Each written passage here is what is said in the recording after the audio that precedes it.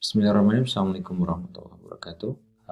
Welcome back, guys, in sentence structures, and today's topic is verbs and auxiliaries. Okay. To start with, I'd like you to look at a sample of text, and I'd like you to identify where the auxiliaries are. Let's start. Sebut saja namanya Mawar. Any auxiliary? Perhaps not. Dia tidak melakukan apapun. Do you see any auxiliary? Maybe tidak, maybe not. Karena pengangguran, I don't think there is an auxiliary, right? Number 4, dan patah hati, no auxiliaries. And last one, hidupnya telah hancur oleh kamu. Perhaps we can say telah is an auxiliary in this sentence. Okay, so auxiliaries are not always necessary in Indonesian. That's what we can conclude from this limited set of data. Now let's look at the equivalence of these sentences in English. I'm Mawar. Is there an auxiliary there? Yes. Are you sure? Am? Perhaps, yeah. Let's find out. I'm not doing anything. Yeah, we see am there. Because I'm jobless, there is another am. And I'm broken-hearted, another am. You have totally ruined my life. So we are looking at something that is quite different from the Indonesian sentences, where in each of these sentences we see verbs, right? Am, doing, am, have. Alright.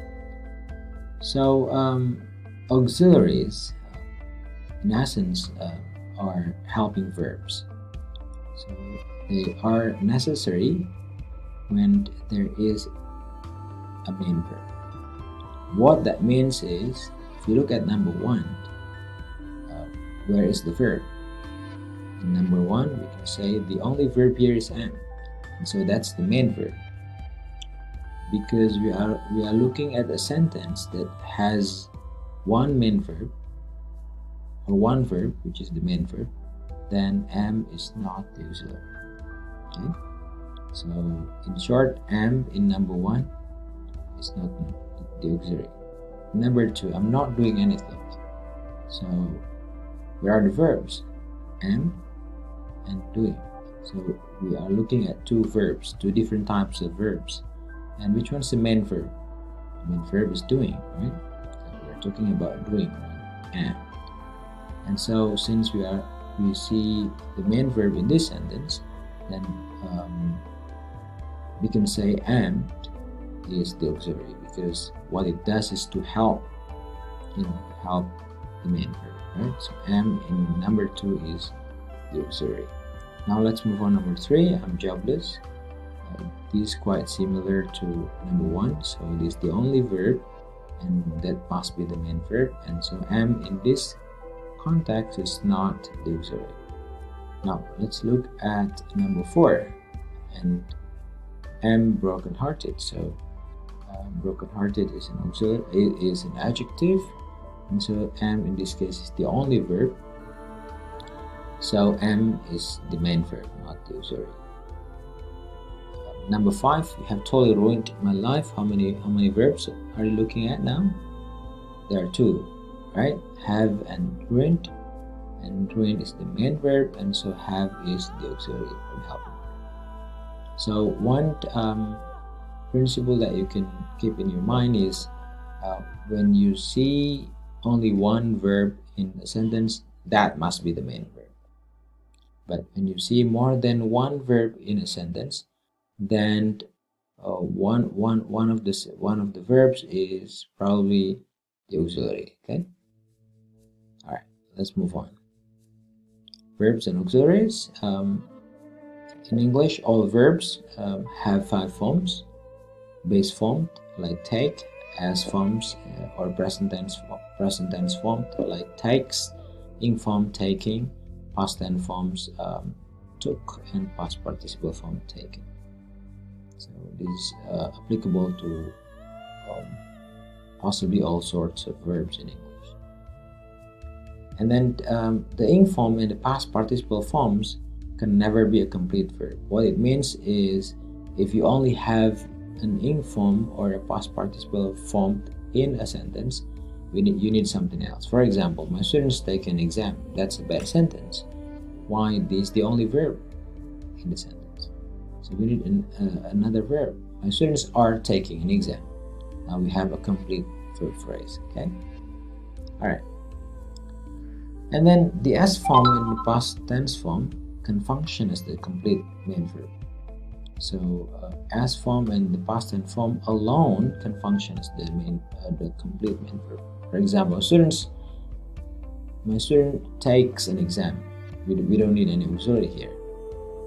My student took an exam, same, we don't need an auxiliary. So the S form and the past tense form can stand by themselves. While the S form applies to all verbs in the present tense, the past tense forms fall into two regular forms: want, wanted, and wanted, and irregular forms: catch, caught, caught. So here's the top search result. So just look at the form. You see the ending. So it's pretty much regular: want, wanted, wanted. But catch, caught, caught, it's irregular. Okay. All right. Exercise 1. I'd like you to identify the verb with incorrect form and correct it and indicate if it's irregular or irregular. So there are 3 things you have to do. First is to identify the incorrect form. Second, you provide a correction, and the last one, you tell me whether it is regular or irregular form. For example, strange motives driven shoplifters to steal repeatedly. This one is wrong, and so strange motives drove. So you provide a correction, and then you say drove is part of irregular verb. Okay. So that's the exercise. Now let's move on to DED inflection. So D or ED is used to denote past tense and past participle. My student asked for an exam, past tense. My student has asked for an exam, past participle. Right? And also with be and linking verbs, past participle forms become adjectives. So for example, students were satisfied with the course. So this past participle form to become an adjective, right? And this the to be. Or my students seem satisfied with the course. So we see a combination of a linking verb seem with past participle form becoming an adjective. Okay? So that's the exercise. So I'd like you to identify and correct the missing D or ED in these constructions. For example, the earthquake in the Bay Area of San Francisco in 1989 caused widespread damage. So is there anything wrong with the verb, for example? And then you correct it. Okay. All right, and then auxiliary do. Do is used, or do and its variants are used in question and negation, followed by a base verb or the base form of a verb. For example, my students asked for an exam, so that's a statement, and then in a question you say, did my student ask for an exam? So from asked to ask, right? So to be do has to be followed by a base form. Okay. And then in negation, no, my students did not ask for an exam. Okay. So again, do, or in this case the variant did, is followed by the base form. Okay. Now do can also be used for emphasis. For example, my students did try their best, but I didn't think so. Okay. So again, do and its variants followed by the base form of the verb, in this case try. Alright. And then auxiliary have is used to indicate present and past present tenses, and this auxiliary is followed by a past participle verb. For example, my student has asked for an exam, right? So this auxiliary has plus past participle form. Same is true in past perfect tense. My student had asked for an exam since last week. In speech and informal writing, you can use contracted forms. So these the so-called contracted forms or shortened forms. My students asked for an exam, but keep in mind that this is only used in speech and informal writing.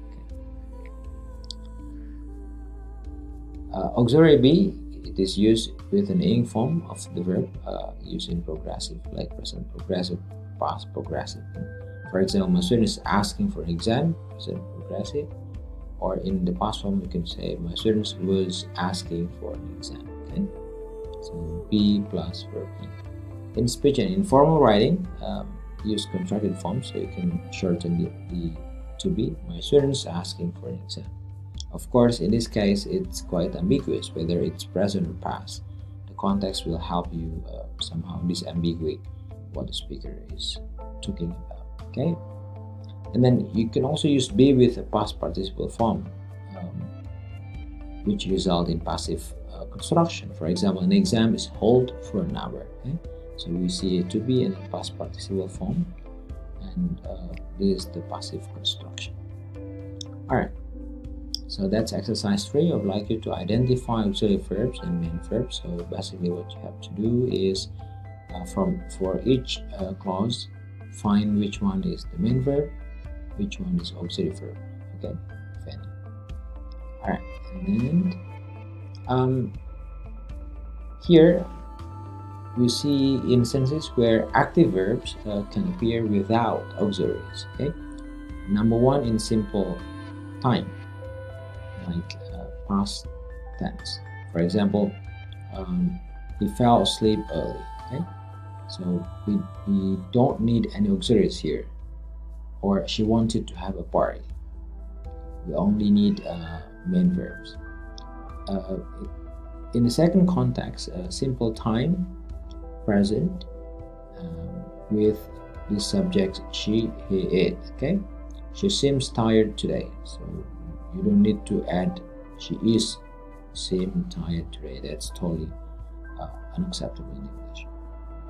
Another example is it contains the answers. Okay, so whenever you see this subject he, she, it in the present tense, then you only need the S form. Okay, without auxiliaries. And in the next context is simple time.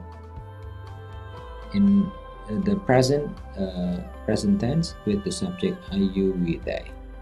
So basically, you know, in present tenses, in the present tense, simple time, right, or simple present tense, regardless of the subject, all types of subject, you only have the verb without auxiliaries, like I like chocolate or these cars go fast. Okay. Then homework. In this homework, I'd like you to write a story about a change that happened to a place you know well. For example, your school that you went to, like primary school or high school, or you know a yard, or you know playing ground that you typically went to when you were little, for example. Make sure the story is true, so and then include as many details as you can to make the story come alive for the readers. Okay, and I would like you to try to incorporate as many of the following: past tense or past participle form of regular verbs, and then past tense and past participle form of irregular verbs, and at least 2 auxiliaries. Okay, and a question indication. So I would like you to incorporate pretty much this the combination of all this into your story. Okay, so the story should not be too long. Just make sure it includes all sorts of this combination. All right, that's all for now. Thank you so much. We'll see you again later. Bye bye.